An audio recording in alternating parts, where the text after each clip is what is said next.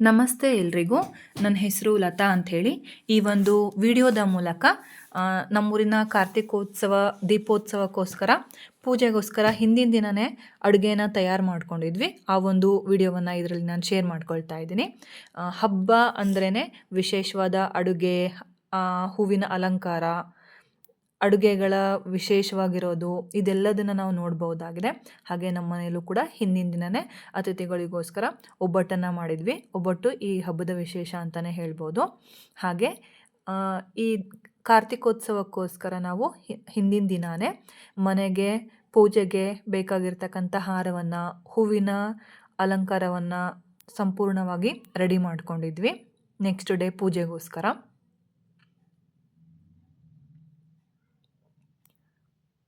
ಹೂಗಳನ್ನು ನೋಡಿದ್ರೆ ನಮ್ಮಲ್ಲಿ ಸಕಾರಾತ್ಮಕತೆ ಬರೋದನ್ನು ನಾವು ನೋಡ್ಬೋದಾಗಿದೆ. ಹಾಗೆ ನೆಕ್ಸ್ಟ್ ಡೇ ಈ ಪೂಜೆಗೋಸ್ಕರ ಬಾಗಿಲನ್ನು ಸಾರಿಸಿ, ರಂಗೋಲಿಯನ್ನು ಹಾಕಿ, ಬಣ್ಣವನ್ನು ಹಾಕಿ, ಮನೆ ಮುಂದೆ ಚಪ್ರವನ್ನು ಹಾಕಿ, ಹೂವಿಂದ ಅಲಂಕಾರವನ್ನು ಮಾಡಿರೋದು.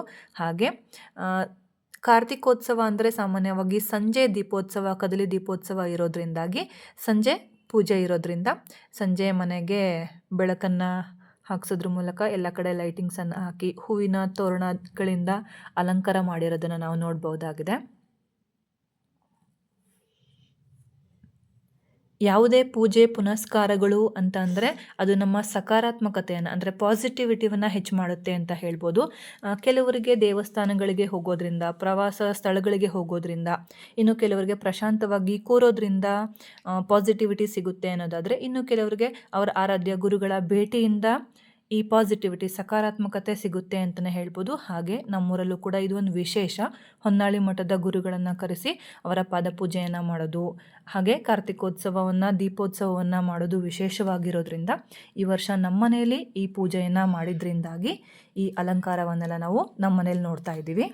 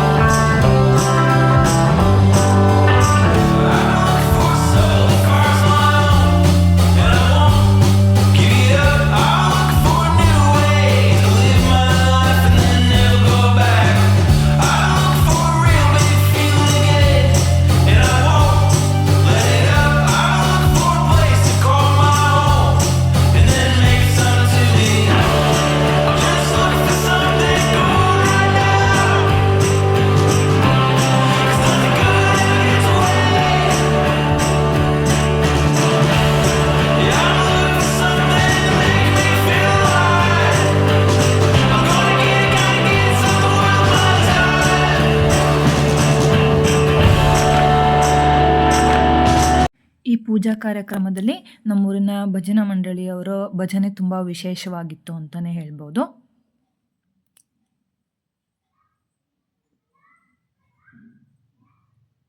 ಪ್ರತಿಯೊಂದು ಕೂಡ ಆ ಕ್ಷಣಕ್ಕೆ ನಮಗೆ ಧನಾತ್ಮಕ ಆಲೋಚನೆಗಳನ್ನು, ಧನಾತ್ಮಕ ಚಿಂತನೆಯನ್ನು ಮೂಡಿಸುತ್ತೆ ಅಂತಲೇ ಹೇಳ್ಬೋದು.